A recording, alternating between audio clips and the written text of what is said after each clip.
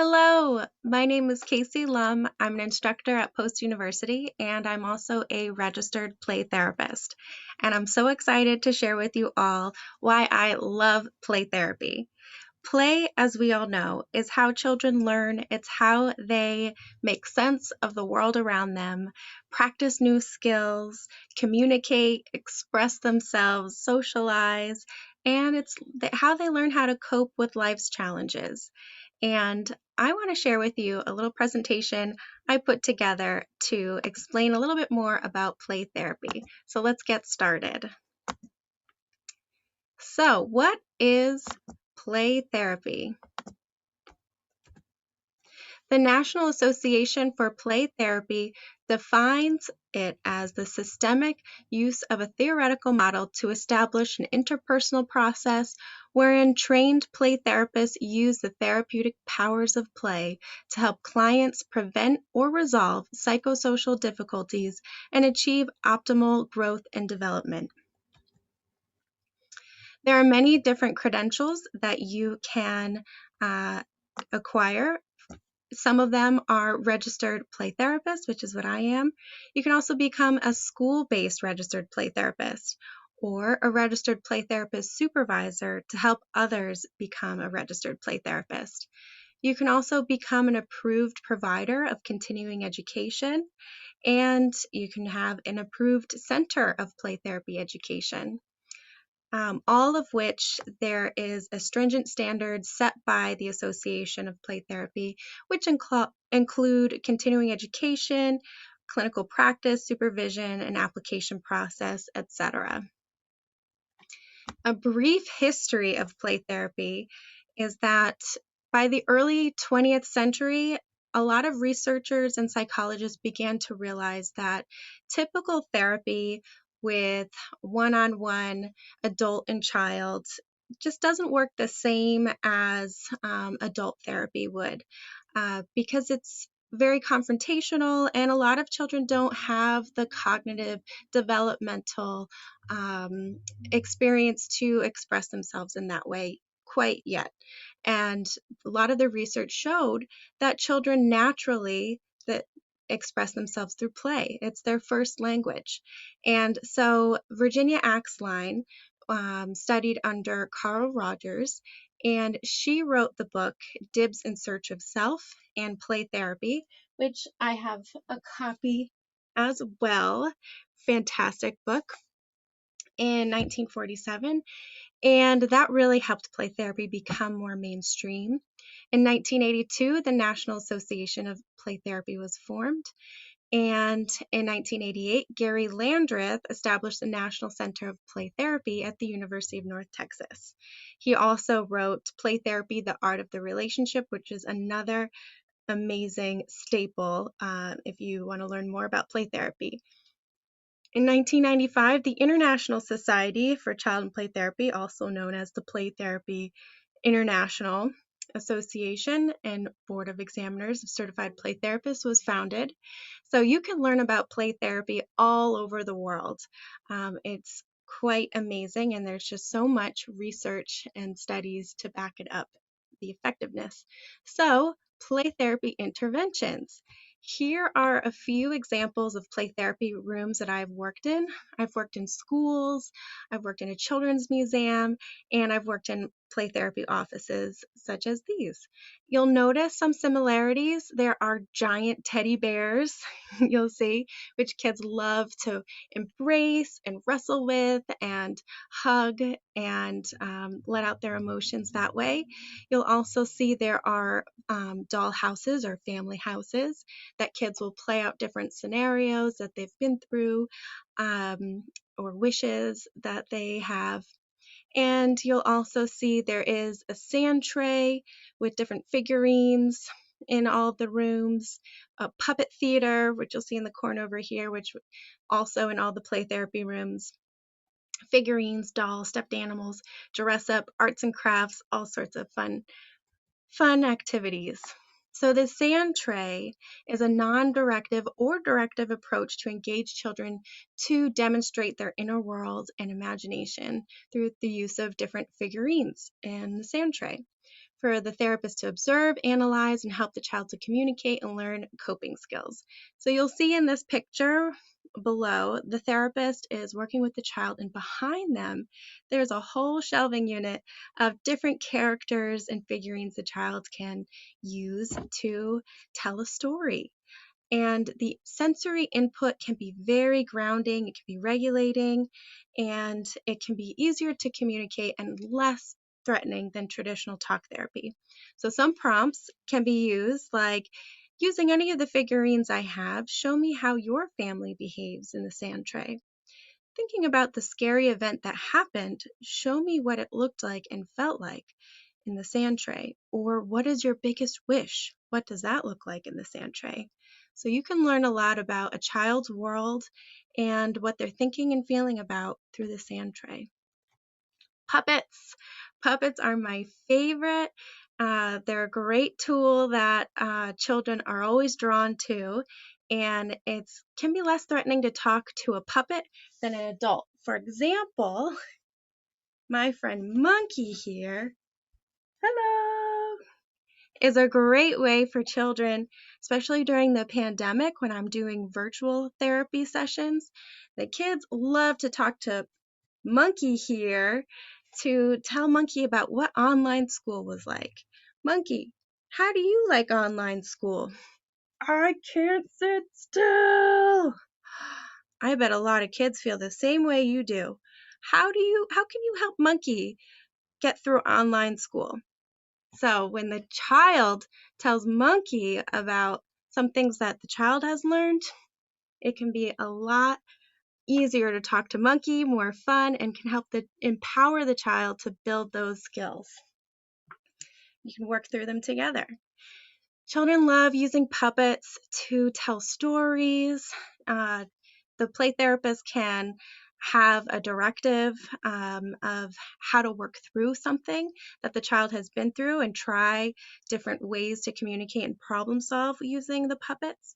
And it can just be a way to have fun, build rapport, and have, share different scenarios in life. The dollhouse or playhouse, family house, whatever you want to call it, is a fun way for all kids to enjoy, all genders. And it's another way for children to share what has happened in their lives. And it could be at school, it can be at home, it could be in the community. And it's an important way for children to explain different experiences. And I like to, again, release any gender stigmas that this may have, and sometimes give prompts to help children share what goes on in life.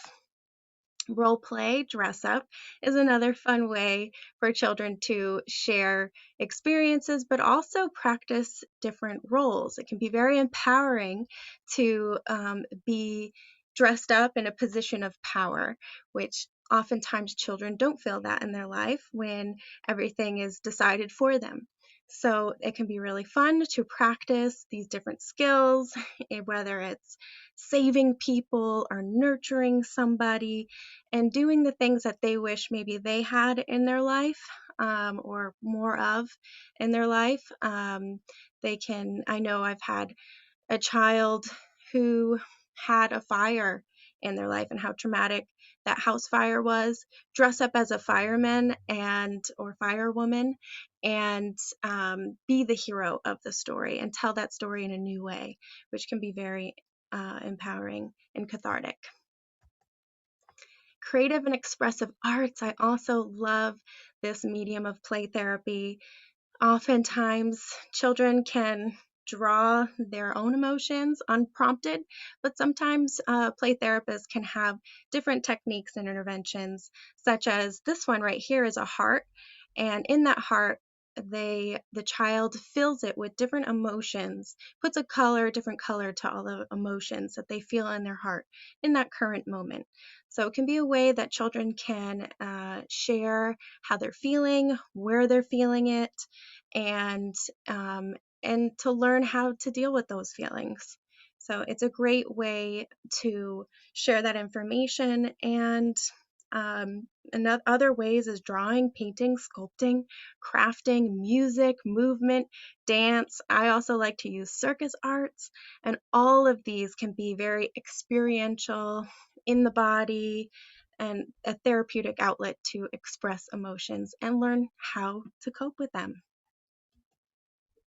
Bibliotherapy, if you have taken my the children's literature course at Post, then you may have seen some of my videos.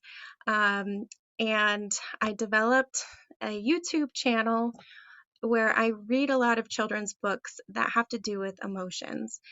This particular video, I'm reading a book called A Terrible Thing Happened by Margaret Holmes, where this child, they're never specific about what it was that the child went through, and it can be relatable to anybody and who's dealt with a terrible thing, and how it felt inside the child, how it manifested in their behavior at school, at home, and other places, and even their dreams. And it was so very hard to deal with. But fortunately for this little boy, he met a Miss Maple, who was a play therapist, where he drew his feelings, where he was like felt safe enough to talk about it, and learn how to cope with it. And that made a big difference in his life, to release um, that was really hard to hold inside.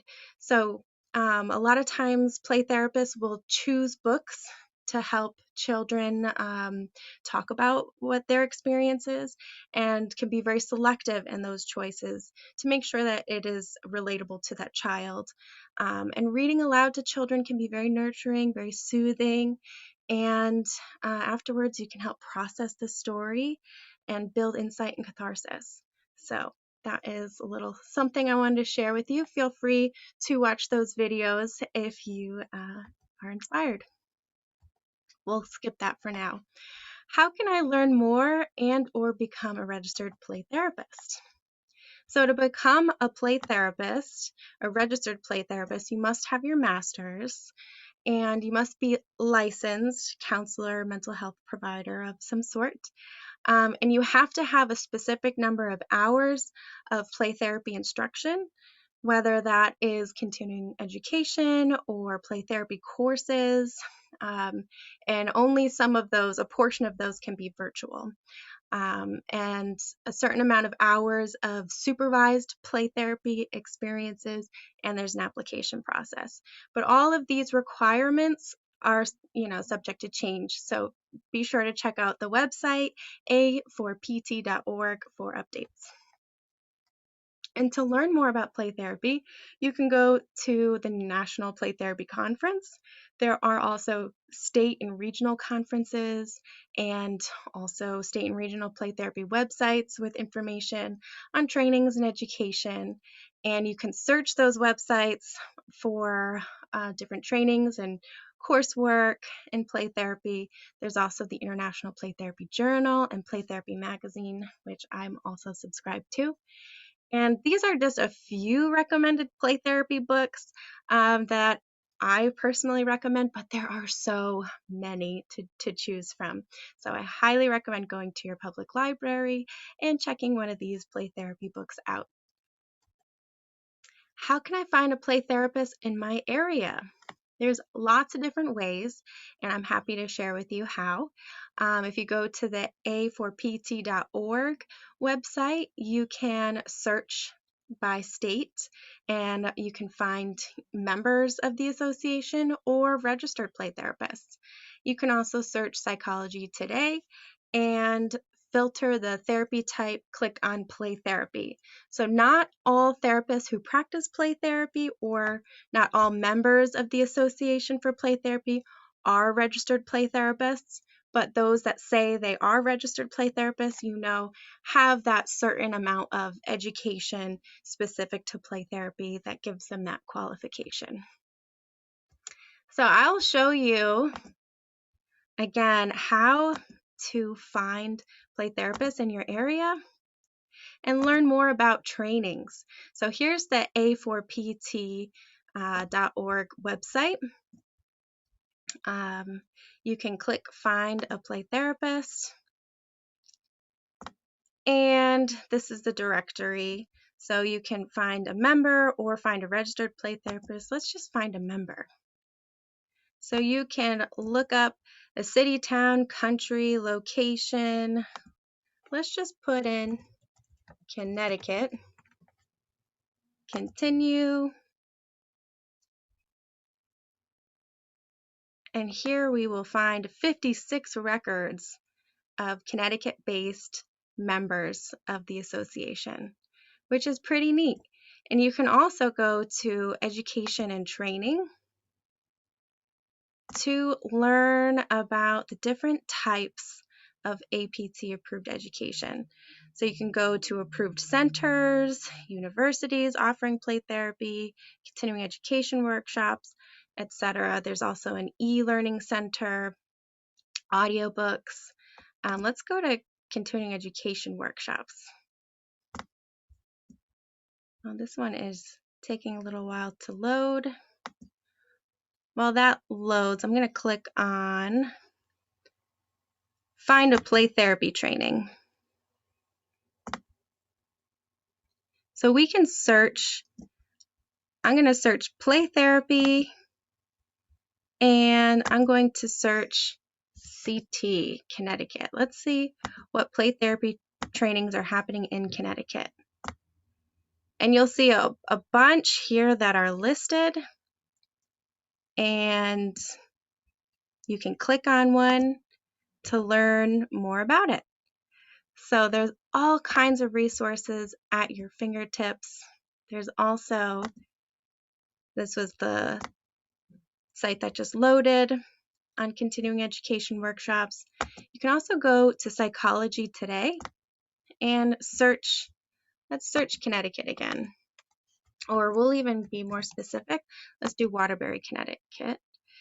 And then on the left-hand side, under types of therapy, you will see play therapy right there. So now you can find different therapists who practice play therapy in your area, which is pretty neat. So I hope you learned something new today. Thank you so much for joining me, and I hope you have a beautiful, playful day. Take care. Bye-bye.